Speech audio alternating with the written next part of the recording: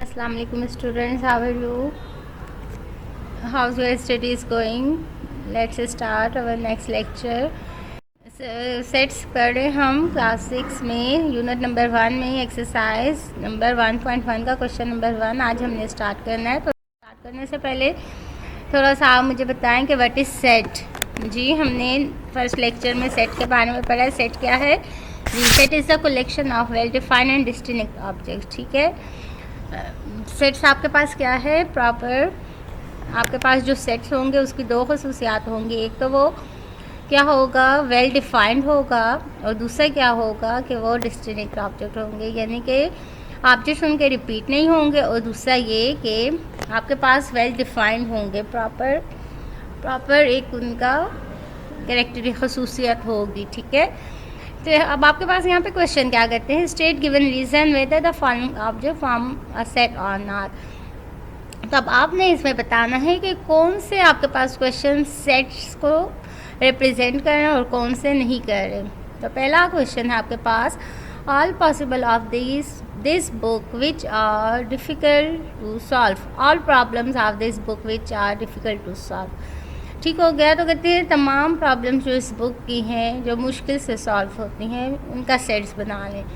तो क्या ये सेट आ जाता है? देखिए, अब हमारे पास ये सेट नहीं बन सकता क्योंकि डिफ़िकल्ट प्रॉब्लम्स जो है कुछ स्टूडेंट उसको सॉल्व कर लेंगे, कुछ नहीं सॉल्व करेंगे, तो ये हमारे पास सेट नहीं बनता। ठीक है, तो it is not a well defined because some problem can be difficult for one student but they easy for other, so it is not a set. Okay, part 2 है, all problem of this book which are difficult to solve for Amjad. अब क्या कहते हैं, book की जो problems है वो अमजद के लिए सॉल्व करना मुश्किल है। अब यहाँ पे आपको बता दिया है कि कौन डिफ़ाइन कर दिया, आइडेंटिफाई कर दिया कि अमजद के लिए बुक्स के क्वेश्चन सॉल्व करना मुश्किल है। It is well defined because some difficult problem of the book can be identify for Amjad, so it is a set. Third, all the objects heavier than 26 kg। कहते हैं तमाम ऑब्जेक्ट्स, चीज़ें जो हैं वो 26 kg से हैवियर हो, उनका वज़न ज़्यादा हो। तो ये देखिए अब आपके पास सेट आ जाएगा क्योंकि 26 kg से ज़्यादा में तो डिफरेंट ऑब्जेक्ट्स आ जाएंगे, किसी का 28 होगा, 29 होगा, तो ये हमारे पास एक सेट आ जाएगा। ठीक है ना, तो हम इसको क्या करेंगे, it is well defined and hint it is a set. Okay, question 4, student in a classroom.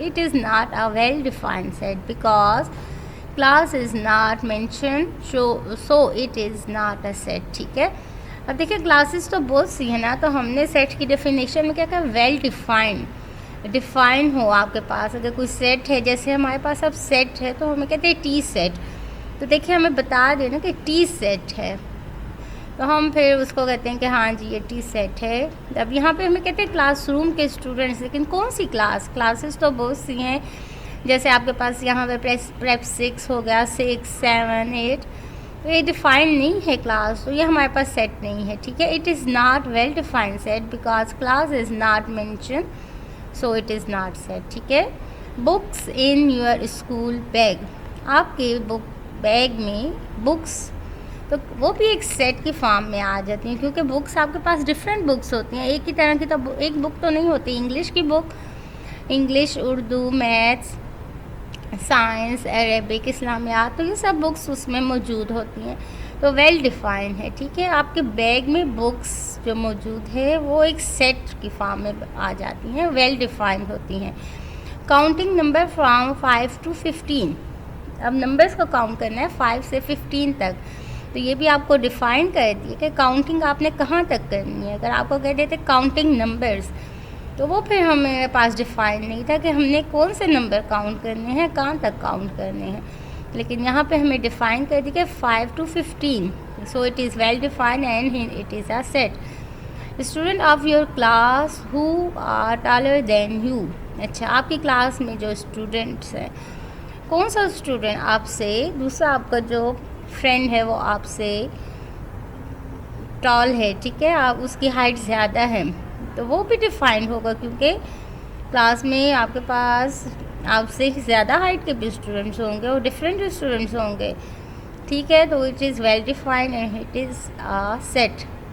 सो ठीक हो गया। तो ये इस तरीके से ये क्वेश्चन नंबर 1 आपका डन हो गया। आपने बता देना है कि कौन सी स्टेटमेंट सेट्स को रिप्रेजेंट कर रही हैं और कौन सी नहीं कर रही, ठीक है। तो ये आपका हो गई एक्सरसाइज 1.1 का क्वेश्चन नंबर 1। तो इसको आप अपनी कॉपीज़ में डन करें, प्रॉपर एंड नीट तरीके से काम करें, मार्जिन लाइंस लगाएं, blue marker and ink pen use करके प्रॉपर तरीके से आपने अपना काम डन करना है और इसकी प्रैक्टिस अलग से कॉपी में भी करनी है। Okay, thank you, best of luck.